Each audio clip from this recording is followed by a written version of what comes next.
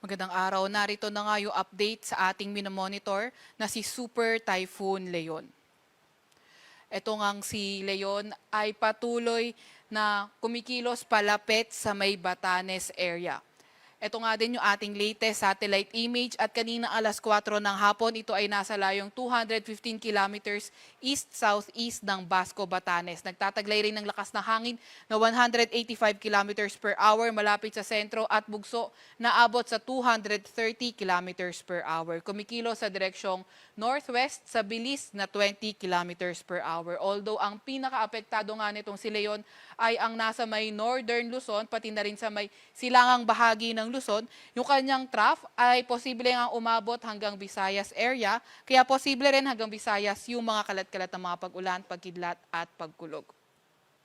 Ito naman yung latest track ni Leon. So nakikita nga natin na patuloy yung pagkilos nitong si Leon patungong northwest hanggang sa ito ay maglandfall sa may eastern coast ng Taiwan by tomorrow afternoon. And then posible nga humina pagka landfall nitong si Taiwan. Pero yung pinakamalakas na intensity nito ay habang papalapit sa may Batanes area. Yun nga, inaasahan natin, pinakamalapit sa Batanes itong si Leon, today late evening o hindi kaya tomorrow morning. Hindi nga rin natin nirule out yung paglandfall nito sa Batanes dahil napakalapit nga nito sa may extreme northern Luzon area. At inaasahan natin yung kanyang peak intensity kapag ito ay papalapit na nga sa Batanes. At kagaya nga ng nabanggit natin kanina, posibleng humina pagka-landfall sa may Taiwan area. Posibleng lumabas din na ating Philippine Area of Responsibility itong si Bagyong Leon tomorrow evening o kaya Friday early morning. Ang pinakamataas na tropical cyclone wind signal na dala nga nitong si Leon ay signal number 4 sa may Batanes. So kapag signal number 4, significant to severe threat to life and property.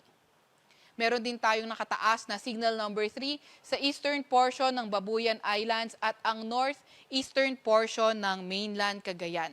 Samantalang signal number 2 naman sa may nalalabing bahagi ng Babuyan Islands, nalalabing bahagi ng mainland Cagayan, northern portion ng Isabela, Apayao, Kalinga, northern at eastern portion ng Abra, eastern portion ng Mountain Province at sa may Ilocos Norte.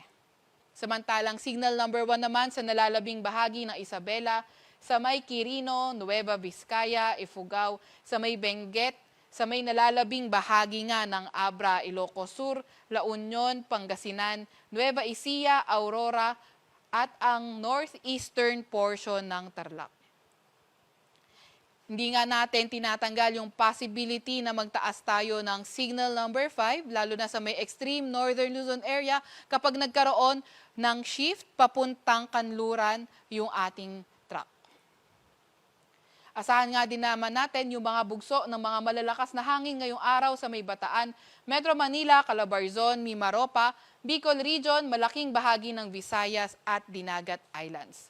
Tomorrow naman, sa malaking bahagi ng Cordillera Administrative Region, Quirino, Nueva Vizcaya, Aurora, Bataan, Metro Manila, Calabarzon, Mimaropa, Bicol Region, Northern Samar at malaking bahagi ng Western Visayas. By Friday, mga bugso ng malalakas na hangin posible sa may Batanes at Babuyan Islands. Kanina nga alas 5 rin ng hapon, naglabas tayo ng weather advisory kung saan ngayong hapon hanggang bukas ng hapon, posible yung intense to torrential rains sa may Batanes at Cagayan, kabilang na ang Babuyan Islands. Heavy to intense rains kung saan 100 to 200 millimeters sa mga pag-ulan sa may Ilocos Norte, Ilocos Sur, Apayao, Abra, Isabela, Occidental Mindoro, Calamian Islands, pati na rin sa may Antique at moderate to heavy rains sa may Kalinga, Benguet, Mountain Province, La Union, Pangasinan at sa may Negros Occidental.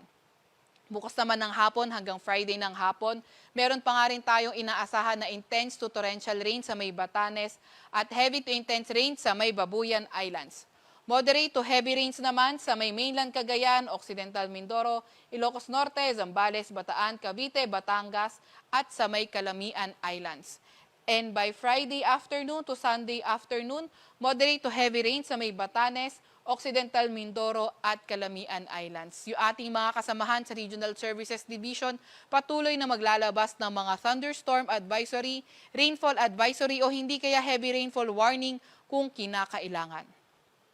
Meron din tayong nakataas na gale warning as of 5 p.m. sa may Batanes, Cagayan, kabilang na ang Babuyan Island, sa may Isabela, Ilocos Norte, sa may Aurora, Ilocos Sur, northeastern portion ng Polillo Island sa may Ilocos Norte at ang northern at eastern coast ng Catanduanes. Kaya kung maaari sa mga areas na yan, huwag muna tayong pumalaot dahil magiging maalon hanggang sa napakaalon ng karagatan. Meron din tayong storm surge warning kung saan more than 3 meters yung ating inaasahan sa may Batanes at mga parte din ng Cagayan. Kaya sa ating mga kababayan na nakatira sa low-lying coastal communities ay lumayo sa coast or beach, i-cancel ang mga maritime activity at lagi pa rin tayong makiki-update sa mga ilalabas na advisory ng Pag-asa.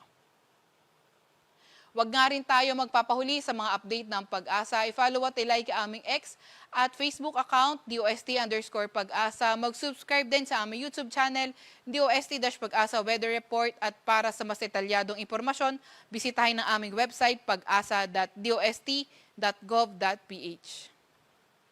At yan nga muna ang latest mula sa Weather Forecasting Center ng Pag-asa, Veronica C. Torres.